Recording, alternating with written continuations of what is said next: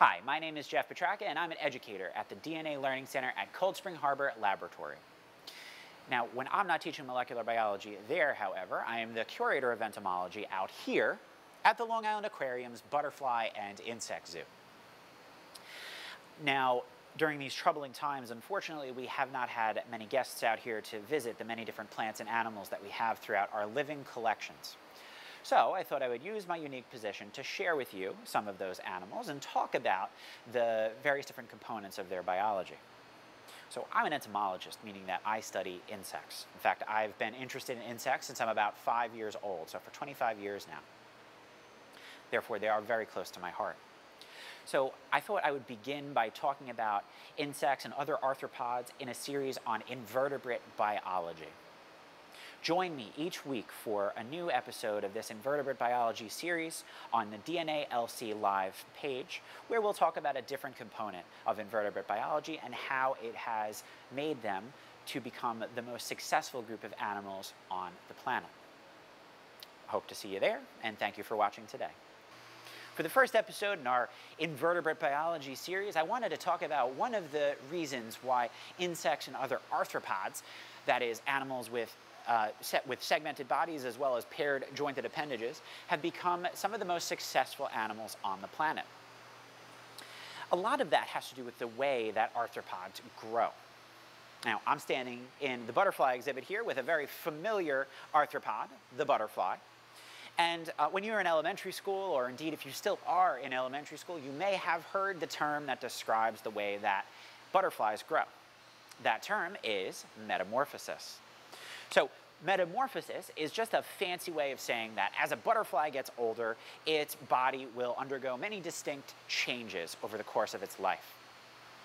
Now, butterflies are not the only animal that undergoes metamorphosis. All insects undergo metamorphosis. Indeed, all arthropods undergo metamorphosis as well.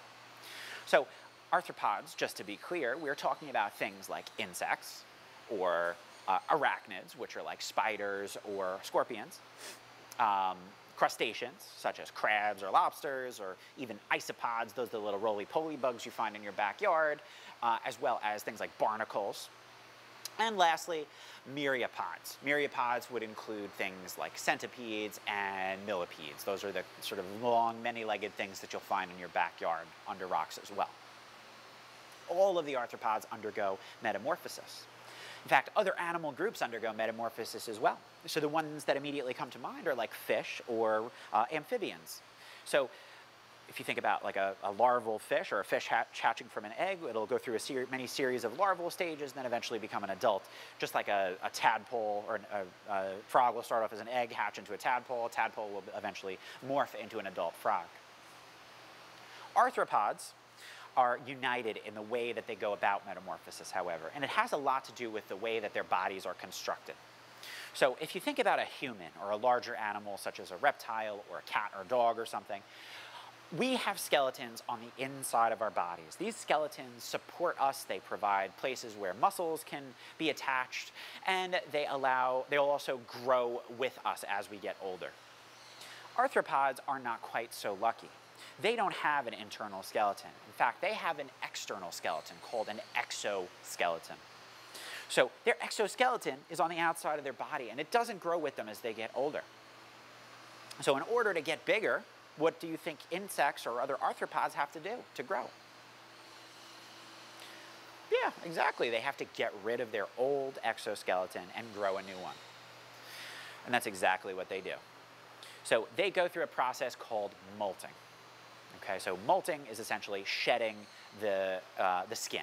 And basically, once an insect or another arthropod maxes out the size of its current exoskeleton, it will shed its skin. It's almost as if it has a zipper on the top of its head. It unzips its old exoskeleton, steps out of it, and it has a new one underneath. So if you've ever seen a butterfly emerging from a chrysalis, that is a molting process.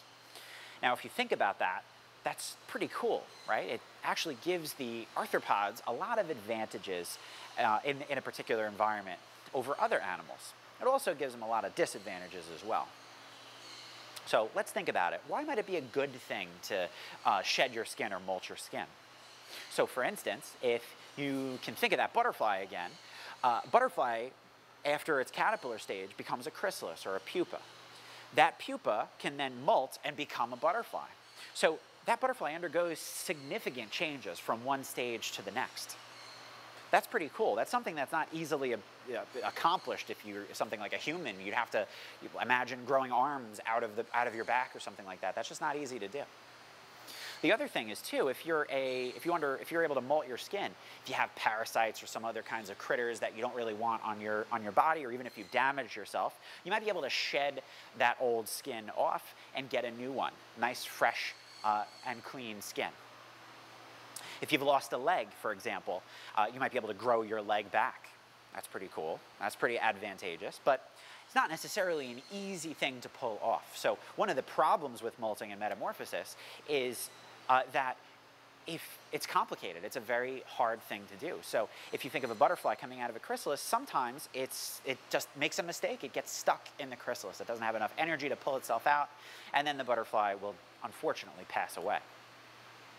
Also, if you think about a butterfly coming out of a chrysalis, when the butterfly comes out, its body is pretty soft and its wings are all folded up. It can't really do anything and it can't go anywhere. So if you're a predator or something like that, the butterfly is going to be a sitting duck for that predator. You can basically use that as an opportunity to go in, eat the butterfly, or parasitize the butterfly as you see fit.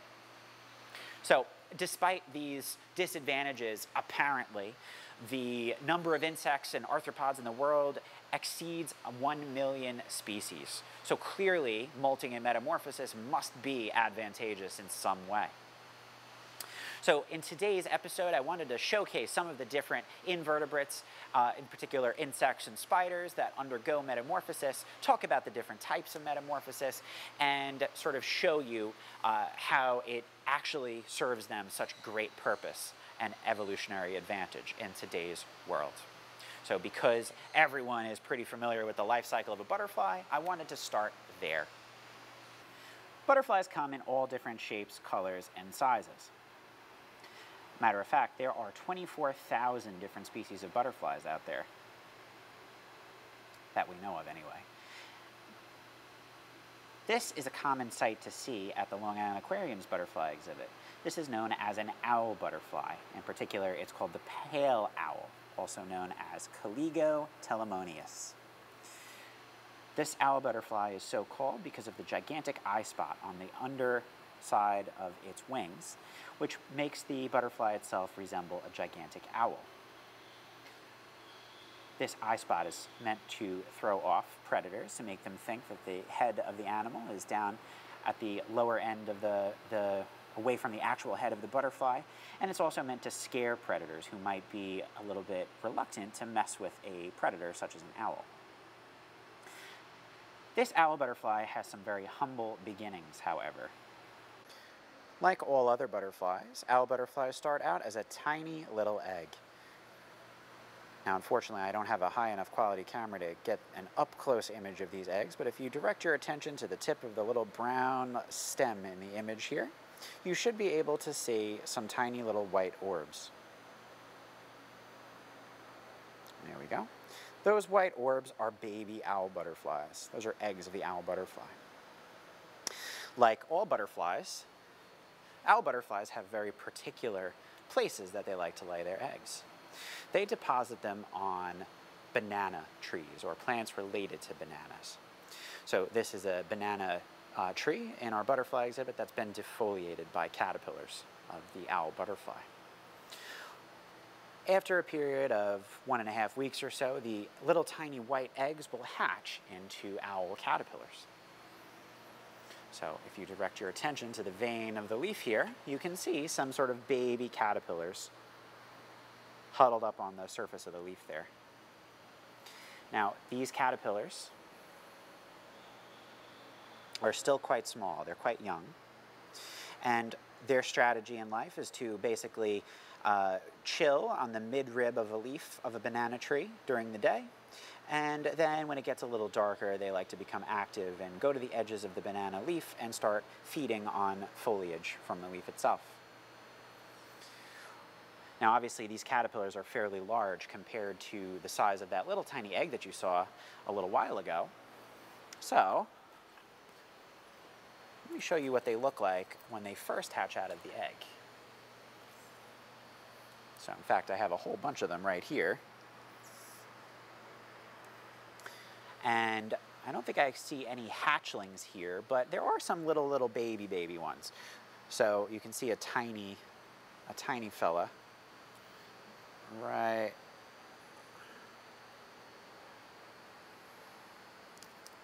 See a tiny little caterpillar right there. There you go. Right next to a big one.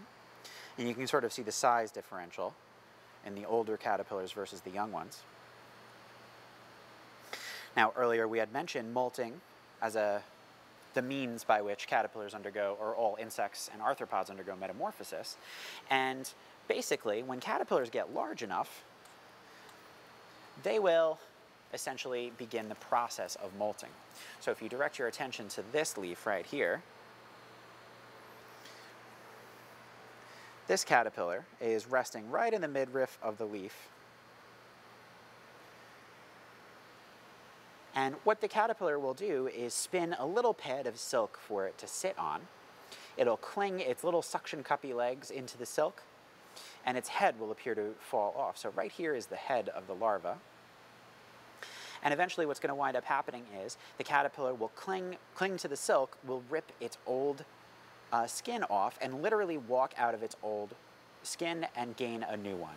The head of the caterpillar will essentially exponentially increase in size. So let me show you what an adult or sort of an older larva will look like. This is an older owl butterfly caterpillar. Right now she's clinging to the stem of the banana tree that she's been feeding on for the last month or so. And to her left, you can see a whole bunch of white marks, and all of those are old skins from her brothers and sisters that were feeding with her on this tree. This is a massive caterpillar, easily 5 inches in length. You can see her tiny little dragon head up here in the distance as she sits and waits waits for the time that the lights go off in the butterfly exhibit so she can go up the tree and begin feeding on some more branches. In just a few short days, that giant owl butterfly caterpillar will hang upside down and shed out of her caterpillar skin and acquire a new skin. We call this new skin and this new life stage the pupa stage, or a chrysalis. So one of the common misconceptions that I always try to communicate to the guests and our visitors here at the aquarium is that a butterfly is inside of a chrysalis. And that's not exactly true. So right here, while I don't have any chrysalises of the owl butterfly itself, unfortunately, I do have some sort of leftover chrysalises that have been sitting here for about maybe a year or so. These are all various different types of swallowtail butterflies from Africa. And so what I mean by that a caterpillar doesn't go inside of a chrysalis is that each of these chrysalises are literally alive right now. They're living organisms. They can breathe, they can feel, they can respond to the outside world. It's just not what we typically think of as a living organism just because it sits in one place. But let's focus on this butterfly. If you look towards the top of the chrysalis, you can see little rectangles or segments. That is the abdomen of the butterfly. On the sides of the chrysalis, right here, you can see a little triangle. If I were to spin that chrysalis around a little bit, you can see that that same triangle is on the other side of the chrysalis as well. Those represent the wings of the butterfly. The head of the chrysalis is right down here. That's actually where the eyes are developing into the adult butterfly eyes. The purpose of this pupa stage in an insect's life cycle that undergoes complete metamorphosis, like butterflies, is to transform the larval stage into an adult. So when I described complete metamorphosis, Ultimately, we are talking about insects that go through a total and utter change over the course of their lives. These include things such as butterflies that undergo an egg, a larval, a pupal, and then an adult stage. Other insects undergo complete metamorphosis as well, such as beetles and bees and ants, flies, all of those guys. All of them have a larval stage. The pupal stage in a butterfly is for transforming that larva into an adult butterfly. Larvae have little tiny discs inside of them. They're called imaginal discs. Imaginal discs are kind of like the little sort of things that you might buy in a convenience store right around the 4th of July, the little black snake things. They're little sort of pill-sized black pellets. You light them on fire, and then they grow into these little sort of black snakes of ash. That's essentially what an imaginal disc is. There are little rings of imaginal discs inside of caterpillars for all of the adult features, such as the wings, the legs, the reproductive organs, the compound eyes of the adult butterfly, etc. So what's going on right now in these chrysalises is simply the transformation of that larva into an adult. This is pretty profound because this type of metamorphosis, complete metamorphosis, allows an insect to occupy two completely different ecological niches, or basically have two totally different jobs over the course of its life. So think about a butterfly caterpillar. Caterpillars feed on leaves or flowers or seed pods or whatever, but they're feeding on plants. Butterflies feed pretty much just on flower nectar, or they might sort of feed on rotting fruit or even animal dung or something like that, but they have two different food sources. So if you could imagine yourself, if you were able to, when you were really little, eat only one type of food, and then when you were really big, eat a completely different type of food, then you might be able to survive better in environments where one of those foods is present, compared to an environment where that food is not present. Because of the way butterflies have separated their life cycle into a variety of steps, adult butterflies can focus all of their time and energy on mating, reproduction, and spreading their babies as far as they possibly can go.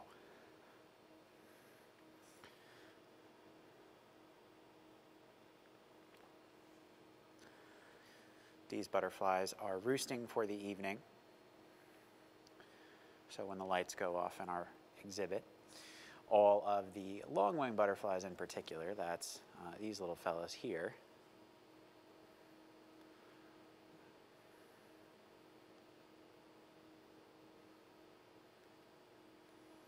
will go ahead and roost with one another for the evening. The idea is, of course, safety in numbers.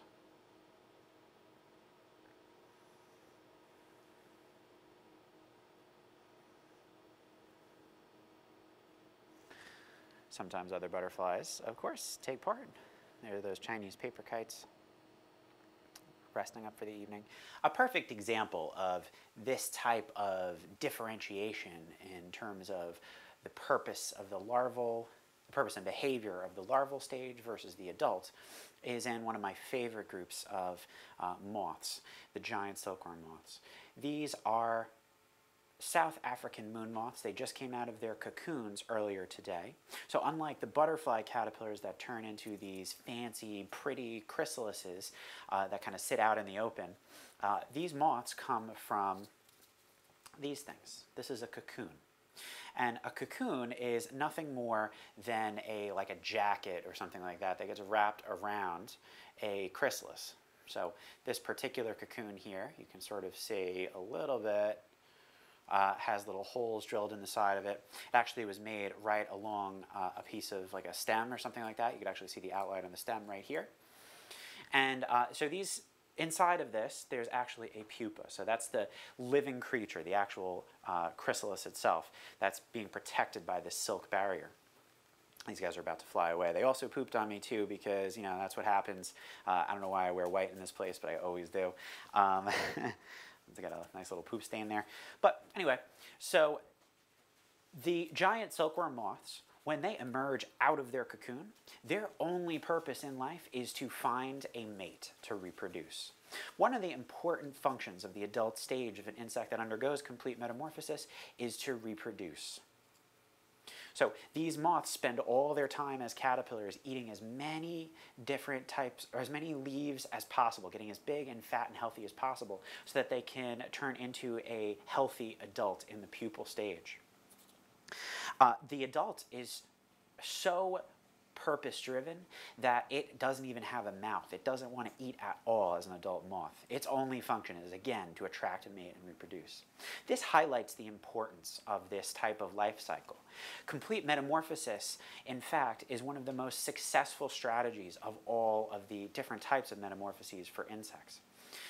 And most of the most familiar types of insects, beetles, flies, etc., there are more species of those guys than there are the insects that undergo a different type of metamorphosis, so-called incomplete metamorphosis. While butterflies and moths undergo complete metamorphosis, stick insects undergo incomplete metamorphosis. And incomplete metamorphosis is a bit different. It's characterized by essentially the juvenile stages looking like baby or miniature versions of the adult stages. We call these stages nymphs. So insects, including dragonflies, damselflies, cockroaches, termites, earwigs, praying mantises, grasshoppers, crickets, all of those guys undergo incomplete metamorphosis. So they don't have larval stages. This guy right here, or gal I should say, is called Bullfinches stick insect from Australia and Southeast Asia. Bullfinches stick insect is a nice, big, showy stick bug.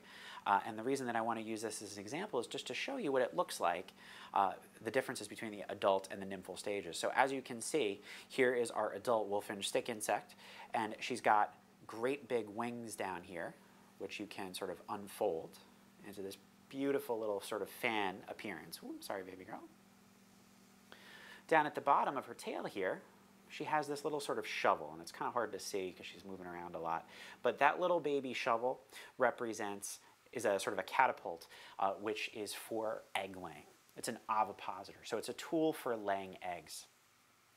Being an adult insect, she is now ready to go. She can go ahead and start laying eggs. As a side note, this one doesn't actually need a male to reproduce. They actually reproduce through a process known as parthenogenesis. But point is, she can start laying eggs once she's an adult. Here is a nymph of Bullfinch's stick insect. Notice it looks really kind of like, but also not kind of like the adult. Notice that there are no wings. However, there are tiny little wing buds here. I don't know if you can see them there, but they're essentially little miniature wings that are growing in. Over the course of the next few weeks, this stick insect will molt probably another 2 times before she eventually turns into that big ol' stick insect over there. You can sort of see the size differential here, just to give you an idea. Actually, it might only be one more molt before she's an adult, but that kind of gives you the idea. There are a lot of major groups of insects that undergo incomplete metamorphosis, but by far more species of insects undergo complete metamorphosis, just because this larval stage clearly has an advantage over the lifestyle of incomplete metamorphosis. So I mentioned earlier that molting is a complicated and delicate procedure, and one of the disadvantages of molting is that mistakes can be made. So right here I have another bullfinch stick insect that tried to molt to adulthood, and if you can see there, you'll notice that the wings are definitely not formed properly. She's also missing one of her legs, and her abdomen looks a little bit messed up down here. I have the skin right here that she molted from, and I actually can see the leg still stuck, the leg that she lost rather, still stuck in the skin. It's actually right up here. Stuck in the old skin, the old molt skin. So this sort of highlights one of the dangers of molting as a form of growth, just because mistakes can be made, and obviously she may not recover from this, unfortunately. Now in the wild, she might be picked off by a predator or something like that, but thankfully here at the aquarium, she'll be just fine. She'll live out her life for as long as she can, and some of these sort of disfigured stick insects will live just as long as the ones that look, normal, if that makes you feel any better. But again, one of the disadvantages of this process of molting. Much like stick insects, praying mantises undergo incomplete metamorphosis as well. What you're seeing here is what's known as a dead leaf mantis, or Deroplatus. Specifically, this is Deroplatus desiccata from Malaysia, the Malaysian deadleaf mantis. And she is initiating the next stage in her life cycle, or I should say, allowing for her babies to develop in their own respective life cycles. What you see below her is called an ootheca, or an oothecum. Ootheca are a type of egg sac. So she's created a foamy sort of substance and attached it to a branch. And inside of that foamy substance, there are little sort of slits. And inside of those slits, she's deposited several eggs. There's probably about 25 to 30 eggs in that one ootheca. Now, just like with the stick insect, you can see that she's an adult because she's got her wings. She's obviously reproducing. She's laying eggs. But what does a baby or a nymph deadleaf mantis look like? Let's take a look. Incredibly, that gigantic mantis, which by the way is a good 4 inches or so in length, has very humble beginnings, just like the owl butterfly. This is a baby Deroplatus, or deadleaf mantis. This tiny little mantis, believe it or not, will molt multiple times until it becomes an adult deadleaf mantis, like the one you saw laying the eggs.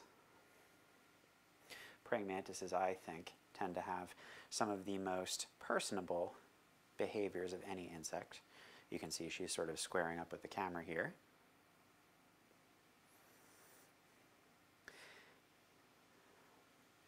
Now, of course, as insects that undergo incomplete metamorphosis grow and change, ooh, she jumped on the camera there.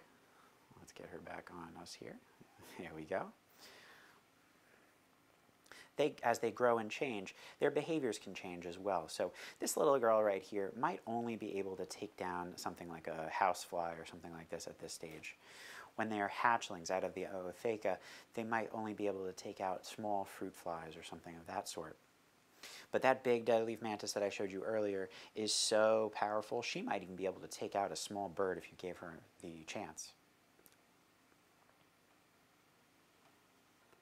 Let me show you another baby mantis while I'm at it. This happens to be one of my favorite of all the mantises. It's actually a favorite of a lot of people. This is called an orchid mantis. So unlike the deadleaf mantis that looks like dead leaves, obviously to blend in with the surroundings, the orchid mantis here looks like flowers. Now, mantises are predatory. So looking like a flower gives her the chance to essentially lure her prey, such as a honeybee or a butterfly or something like that, to her, and then she can go ahead and eat it. A very active little critter. You can see her hopping all around here. And last but not least, I have one more critter that undergoes this sort of incomplete metamorphosis. The cockroach. Now, cockroaches are also very diverse. There's almost nearly 5,000 species of cockroaches. There's actually 4,600 to be precise. And just like with the mantis as well as the other fellas, cockroaches also undergo incomplete metamorphosis. So here I have an adult cockroach. This is called a peppered roach from South and Central America specifically. These guys come from Guatemala. Peppered cockroaches are huge. Not the biggest cockroach out there, but they definitely seem pretty intimidating. Now, this is an adult peppered cockroach, and you can tell it's an adult just because of the fact that she has wings, which are folded over her back there. You can see them pretty clearly.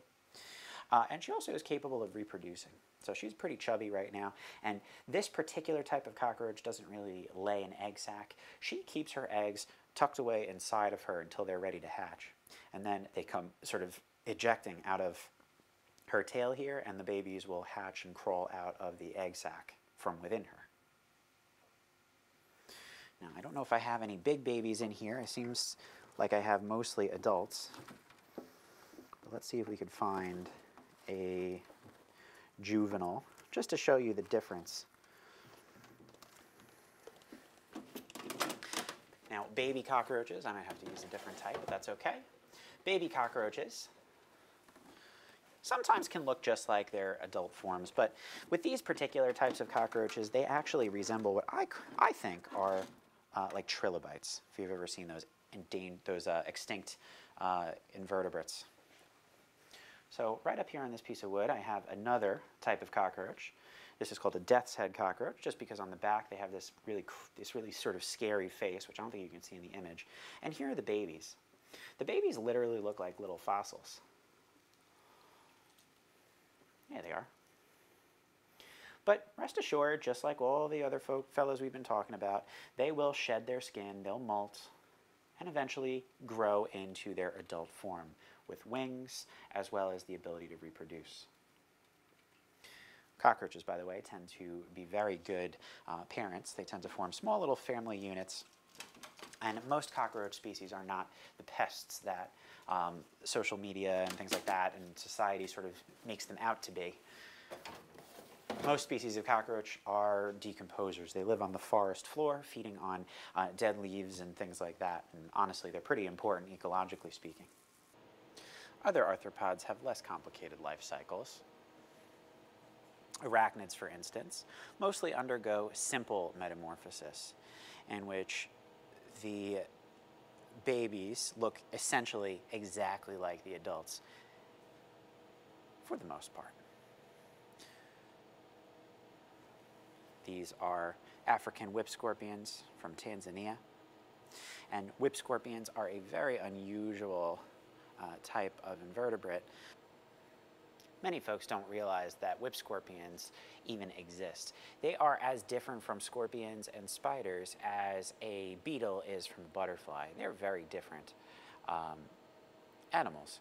And now, if you take a quick look at the whip scorpion here, you'll notice these two jaws, or these two what appear to be jaws coming out up front. Those are analogous to the little pinchy claws on the front of a scorpion. Those are called palps.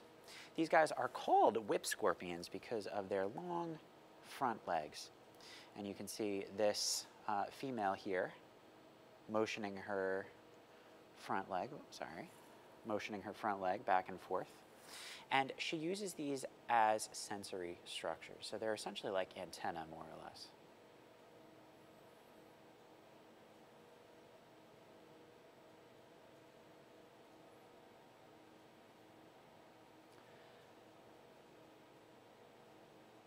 Whip scorpions demonstrate a certain degree of parental care. And if you take a quick look up here, you'll notice there are a whole bunch of other whip scorpions. They're actually babies, as well as offspring from the original pair of whip scorpions that was present in this habitat. And they can get quite large. A lot of the times people, I think, tend to not realize just how much like other animals these whip scorpions or invertebrates can be. So here we see a whip scorpion essentially grooming itself, moving its palps around, sort of feeling out its legs, getting saliva on its palps, cleaning off some of the tips of its legs, getting rid of parasites and other dirt. It's the analogous to a cat, essentially cleaning its paws and sort of moving it around its body. Kind of cute, actually.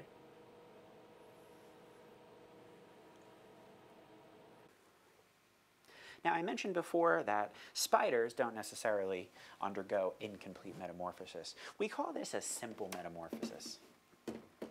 They still have to molt, however, and so I happen to have a spider that just molted today. Now, this is a true spider.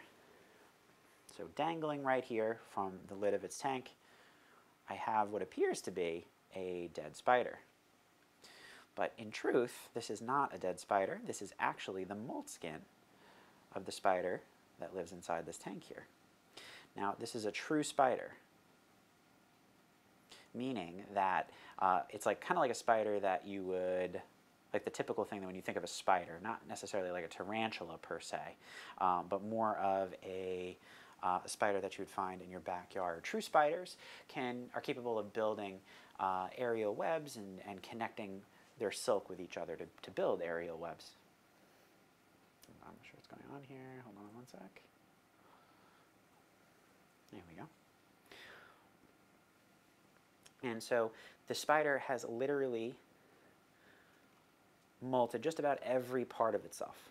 So even part of the breathing tubes, which are basically little tiny holes and membranes that are inside of on the belly of the spider, have been ejected as well.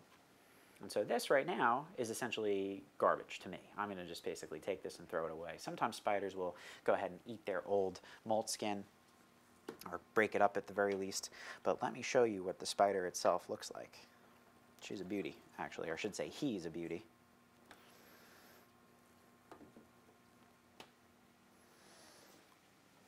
Okay, there he is.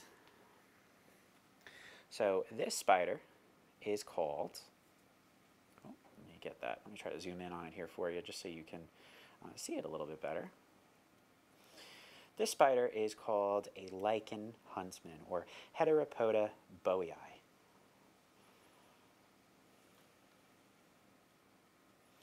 Heteropoda boei is green because he tries to basically blend in with the background of like a moss or something like that in the rainforest. Let's see if we can get him focused here. There he is. He's a gorgeous spider. He looks very intimidating, don't get me wrong, but he can't really hurt you. He's very fast. I've had the experience of having them jump out of the box at me, so hopefully this guy doesn't do that, but if he does, no big deal. And so he's basically just resting right now. He's the equivalent of a butterfly that just came out of his chrysalis. He's got to let his new shell sort of harden so that he can do his thing. He can go out and eat, and he can not worry about getting eaten by predators or something like that. And as you can see, he's quite a large spider, but definitely not dangerous. I have no problem picking him up. Not a problem at all. I'm going to let him go back into his little tank for the moment. So I trust that our tour through some of the Long Island Aquarium's living invertebrate collections at our insect zoo and butterfly house have shown you some of the major different types of metamorphic processes that can exist in the arthropod world. I hope that I've also conveyed the different advantages of each different type of life cycle and why insects undergo these life cycles in the first place. So to finish off our first episode of the Invertebrate Biology series here, I wanted to review the different life cycles one last time, talk about the similarities and differences, and then talk a little bit about some other groups that we didn't really get a chance to see, as well as talk about how these life cycles are controlled within insects. So just to start off as review here, we focused on two major different types of life cycles. So we had a complete metamorphosis, or a total change. So our insects that undergo complete metamorphosis start out as an egg. That egg hatches into a larval stage. That larval stage molts through a series of baby stages, just like the owl butterfly caterpillar that we saw earlier, into a pupa. That pupa will then molt into an adult insect. Now, if we look at incomplete metamorphosis, we have a similar process. We start off again as an egg, but that egg will hatch into a miniature version of the adult called a nymph. That nymph will molt a series of times until it too will eventually form an adult insect. So this is a partial change. It's not a total change like in complete metamorphosis. So entomologists have a name for this type of life cycle. We call it hemimetabolous metamorphosis. Complete metamorphosis, on the other hand, that total change is called holometabolous metamorphosis. There's a third type of metamorphosis that we didn't talk about, and that's called ametabolous metamorphosis. And ametabolous metamorphosis, essentially, it's a slightly different word than hemimetabolous, but it also is an incomplete change. Babies look virtually identical to the adults, except for one characteristic. And in fact, all three of these different life cycles, with the majority of them being these two here, all of these different life cycles have one thing in common. The adult insect is the life stage that is capable of reproduction. Notice that both of these adult insects have wings, and both of them can produce babies. So even though these two different types of metamorphosis, these two different types of life cycles are different, they're serving the same goal. They're serving the same purpose. Larvae or nymphs, whether you're talking about hemimetabolous or holometabolous metamorphosis, both are, their goal is to go out and eat and become as fat and healthy as possible to produce as big and healthy an adult as possible. That adult can then reproduce, can mate, and then can use its wings to spread its babies as far and wide as it possibly can. That's the idea. Another similarity between these two different life cycles is the fact that molting mediates the sort of transformation from one stage to the next.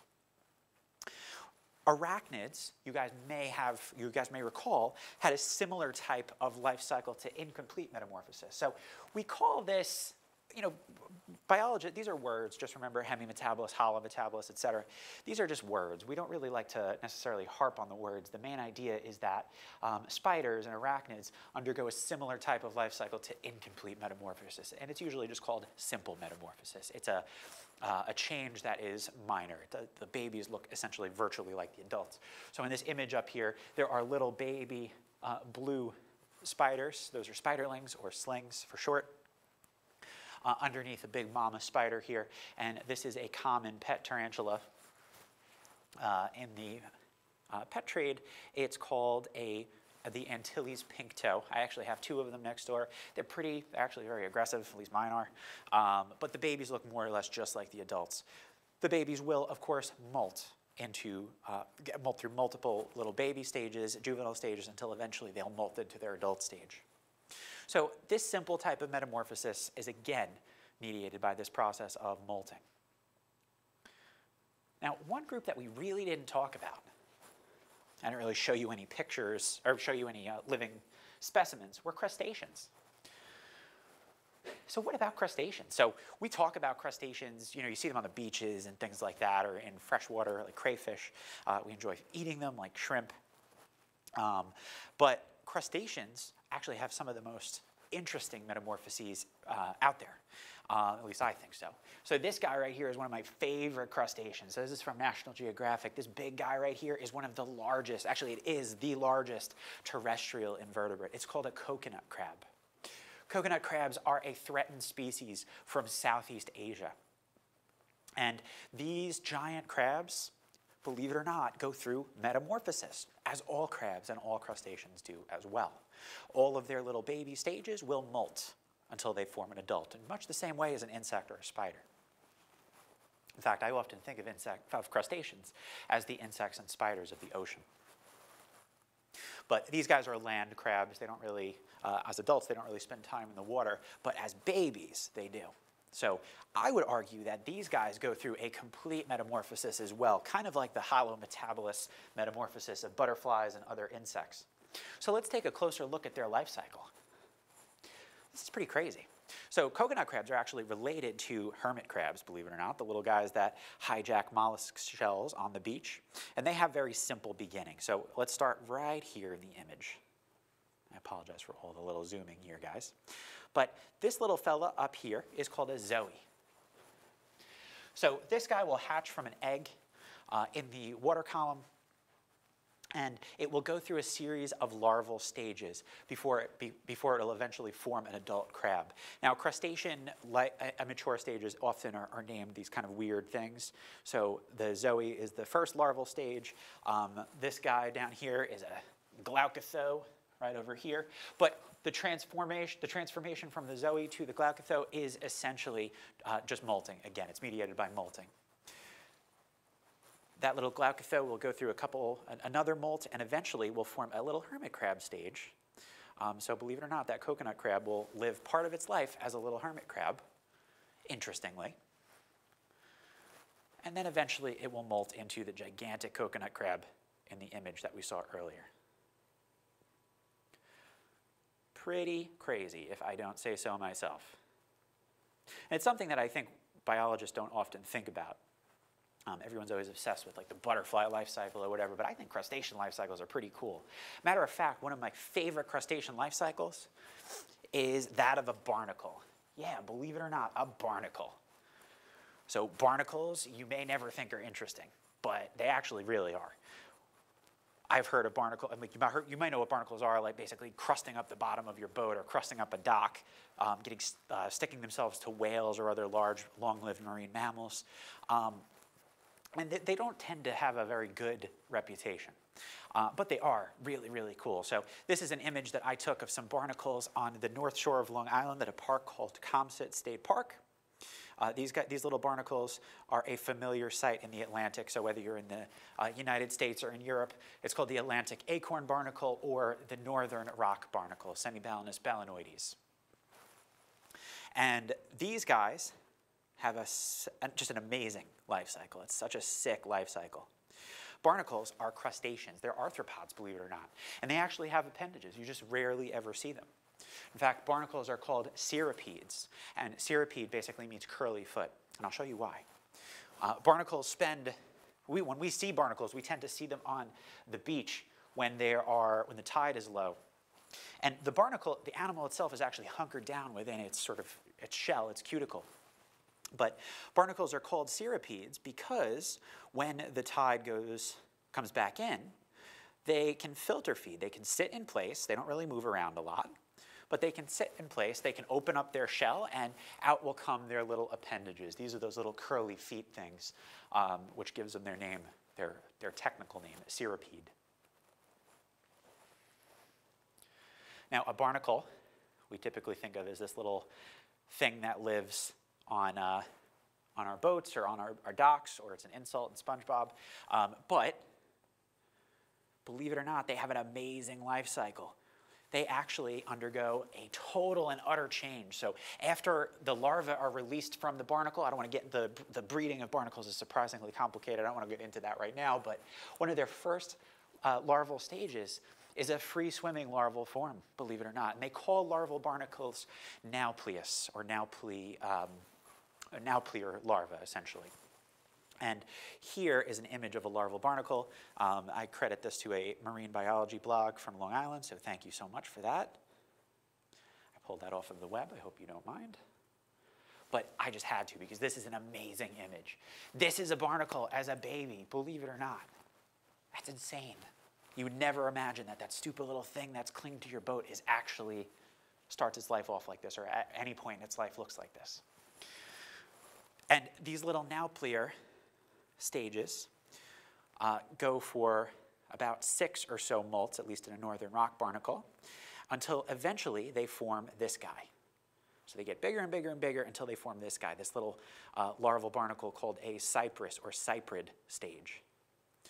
So it looks kind of like a weird little alien, but believe it or not, it's got its little appendages down here, and it's got little antennae coming out over here. Those little antennae are sensors, and what they do is they look for a place to bind and essentially establish themselves as a sessile barnacle, adult barnacle. So the cyprid stage will go ahead and look for a good place to cement itself on, and the cyprid will literally attach itself by the antennas to wherever it feels happiest. And there are little cement glands at the base of the cyprid's antennas that will cement the body, or the head, I guess, of the cyprid to whatever the structure is that it's trying to affix itself to. Then it will molt a final time. It'll metamorphose a final time to become an adult barnacle, and that's the typical barnacle that we're used to seeing. That's insane. That's like science fiction, right? I don't know, that's one of my favorite life cycles pretty much anywhere in all of the animal kingdom.